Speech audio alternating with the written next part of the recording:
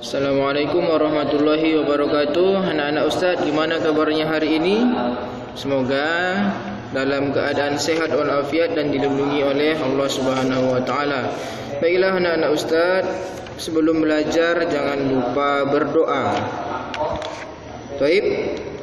Di pembahasan kemarin minggu lalu kita sudah mempelajari mengenai solat fardu, baik itu dari nama-nama solatnya, pengertian solat, kemudian bilangan rakaat solat fardu, waktu solat fardu, kemudian syarat solat fardu. Kita sudah belajar syaratnya, syarat wajib dan syarat sah solat. Kemudian di video kali ini anak-anak Ustaz kita akan belajar melanjutkan pelajaran kemarin. Kita masuk ke halaman 29, rukun solat fardu, sunnah solat fardu, kemudian hal-hal yang membatalkan solat fardu insyaAllah. Mari kita simak video berikut ini.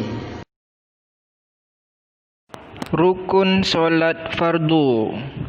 Apakah yang dimaksud dengan rukun solat fardu? Rukun solat adalah segala ucapan dan perbuatan yang harus dilaksanakan selama mengerjakan solat. Nah, jika salah satu dari rukun tersebut tidak kita laksanakan, maka solat yang kita kerjakan tidak sah atau menjadi batal. Misalnya, salah satu rukun solat itu adalah membaca Al-Fatihah. Jika dalam solat kita tidak membaca surah Al-Fatihah, maka solat kita menjadi batal. Rukun solat ada 13 macam. Ingat ya anak-anak Ustaz, rukun solat ada berapa?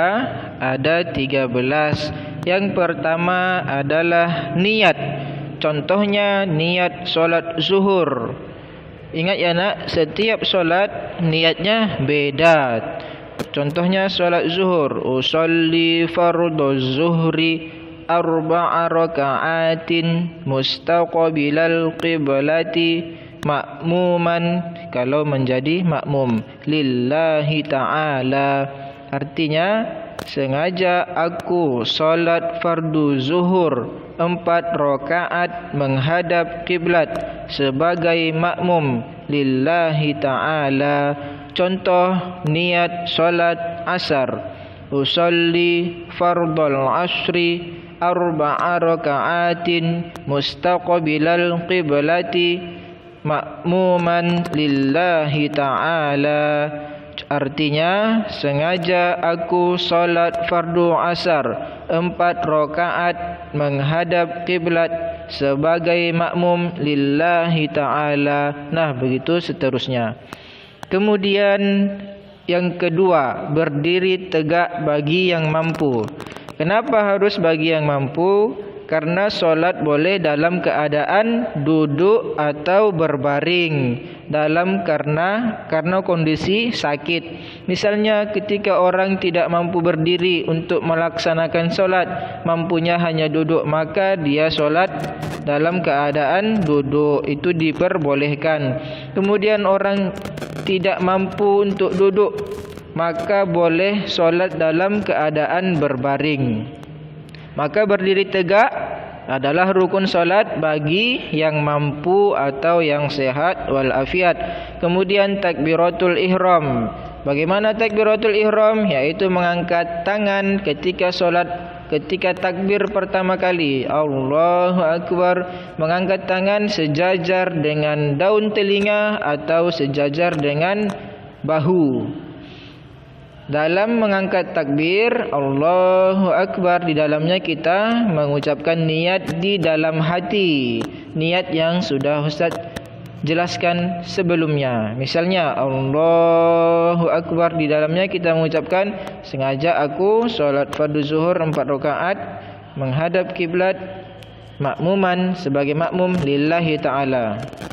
Kemudian membaca surah Al-Fatihah. Rukun keempat, membaca surah Al-Fatihah pada setiap rakaat.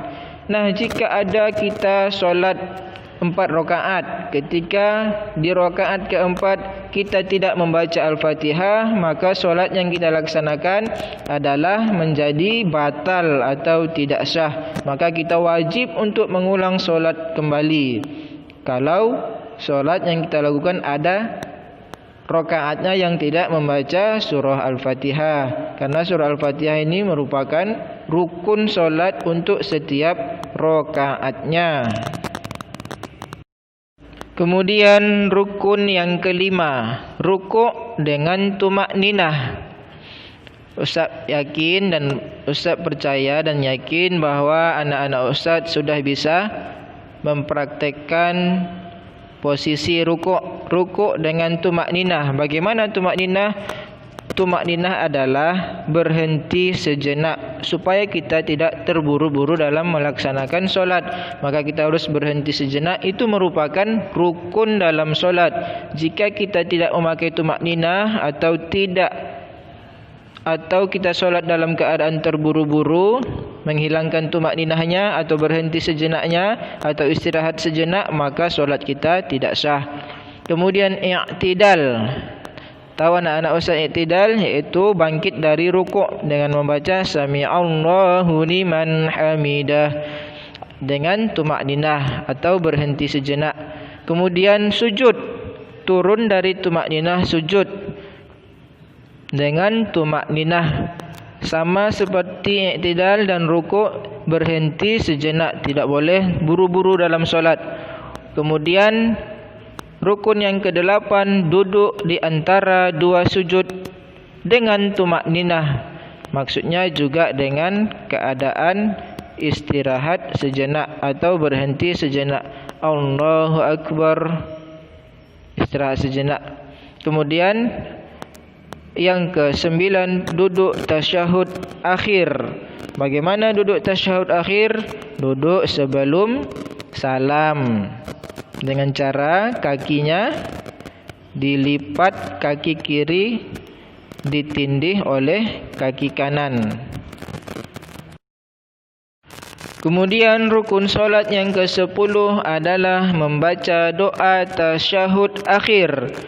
Apa bunyinya? At-tahiyyatul mubarakatus shalawatut tayyibatul lillah. Assalamu alayka ayyuhan nabiyyu wa rahmatullahi wa barakatuh. Assalamu alayna wa ala ibadillahis shalihin. Ashhadu an la ilaha illallah wa ashhadu anna Muhammadar Rasulullah. Kemudian yang ke-11 membaca solawat Nabi. Membaca solawatnya lanjutan dari bacaan doa tasyahud akhir tadi, yakni Allahumma salli ala Muhammad wa ala ali Muhammad. Setelah baca tasyahud akhir, kemudian lanjut ke solawat, kemudian lanjut ke rukun yang ke-12, yakni membaca salam yang pertama. Membaca salam yang pertama ke arah mana? Ke arah kanan. Assalamualaikum warahmatullahi, ke arah kanan, karena ke arah kiri dihukumi dengan sunnah. Kemudian rukun yang ke-13 adalah tertib. Bagaimana maksud tertib? Berurutan dari yang pertama sampai terakhir, sampai membaca salam. Tidak boleh salam dulu baru takbiratul ihram. Tidak boleh baca Al-Fatihah dulu baru niat. Tidak boleh rukuk dulu baru takbiratul ihram. Tidak boleh. Jika dikerjakan demikian, maka solat yang dilaksanakan adalah menjadi batal. Maka tertib dari rukun pertama sampai terakhir. Baiklah anak-anak Ustaz, pembahasan kita cukup sampai rukun solat saja. InsyaAllah di video berikutnya kita akan lanjut ke pembahasan berikutnya. Saya ucapkan sekian dan terima kasih. Terima kasih atas perhatiannya. Selamat dan semangat untuk belajar di rumah. Assalamualaikum warahmatullahi wabarakatuh.